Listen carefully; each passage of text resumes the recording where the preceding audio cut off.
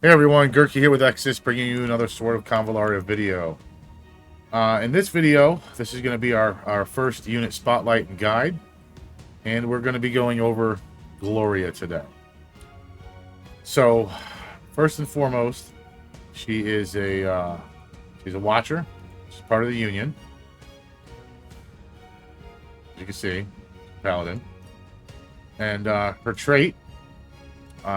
Increases Gloria attack by 5% when she loses Flag Waving Aura. She gains Potential Burst for 2 turns. Potential Burst gives attack by 20%, defense by 40%, and she is immune to attribute debuffs.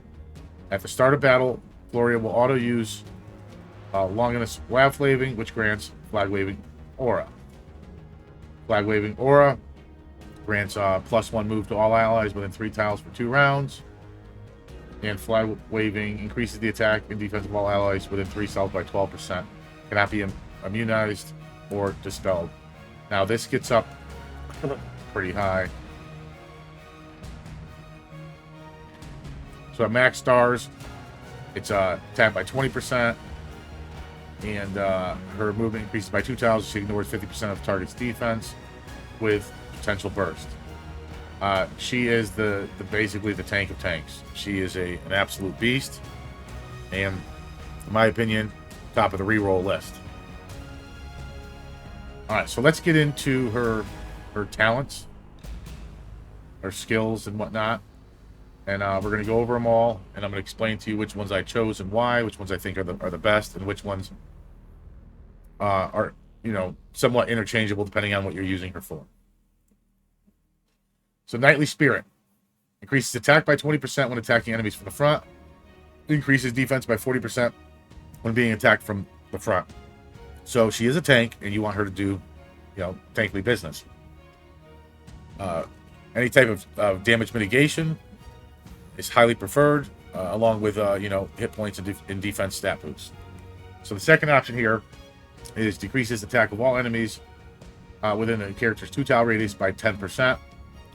This has some, there are some general applications where this would be great, but I think the damage mitigation here and the attack increase is just too good to use over Solemnity. All right, rank 3. It's my opinion that you're going to use both of these skills. You'll have to use one of these Castalias to get them both. They do give some for free.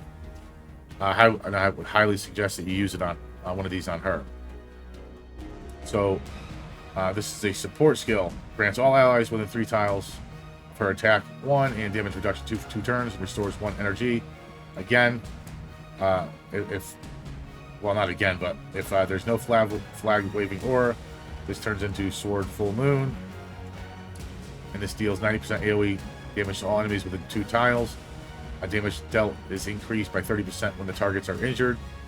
Gain damage reduction for 2 turns after performing the skill. Again, this is an offensive and defensive skill. Lance of Longinus. Gloria deals 80% AoE damage to all enemies within 2 tiles around the target. Summons flag at the cost of her flag waving.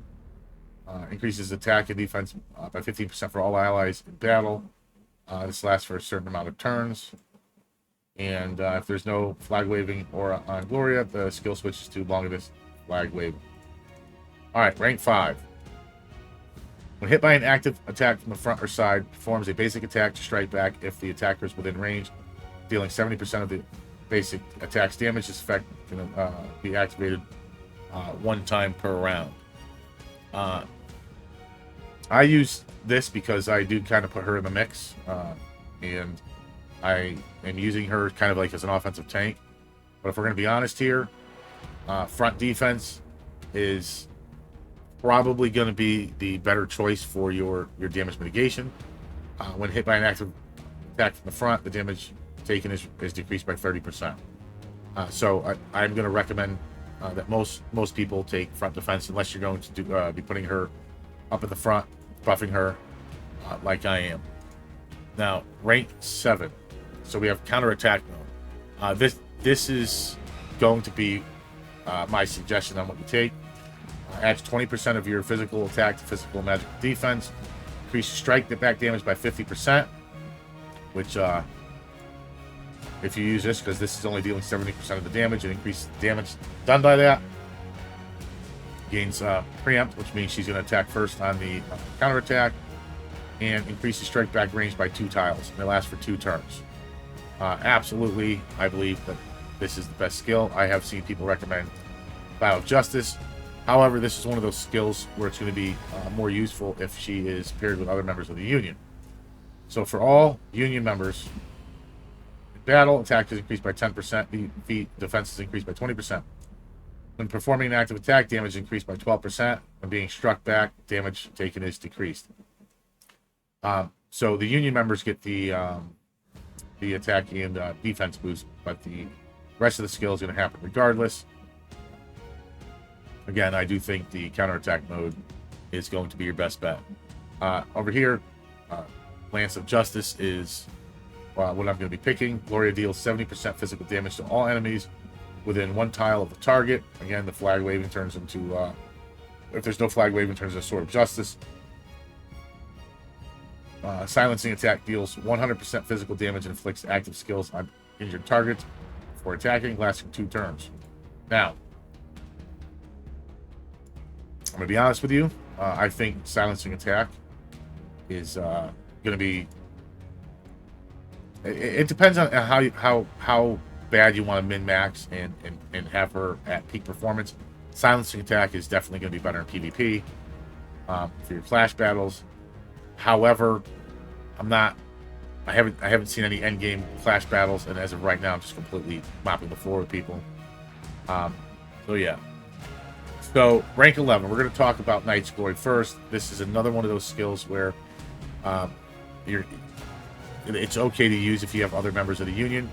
Other than that, I believe this skill is absolutely useless. It gives attack to a target for 2 turns. That's it. That's all it does. I think it's absolutely useless. Fair Duel. Single target attack deals 180% damage. Before attacking, dispels all debuffs on the character and all buffs on the target. So, if you're going to pick one, that would be it. I think this is it's useless. I mean, it's not even all that great if you are using it on a Union member. It gives an attack boost and physical shield. It does nothing to mitigate magical damage. It's also wasting a skill slot. So let's go back out here. This is how I have my skill set up.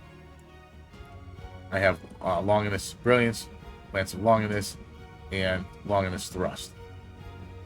Those are the active skills I have. This will get swapped in depending on the content that I am using. So yeah, and we'll talk briefly about gear.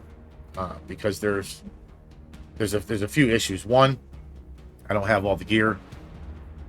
They don't have any type of encyclopedia or index in the game yet with all the gear. But the basic premise behind this is not going to change. So I'm currently using the Pendant Halberd. Increases my hit points by 2% before taking a single target attack. Gains 10% attack and defense. Again, this is going to go well with your damage mitigation and your counterattack abilities as well. But I would recommend skills that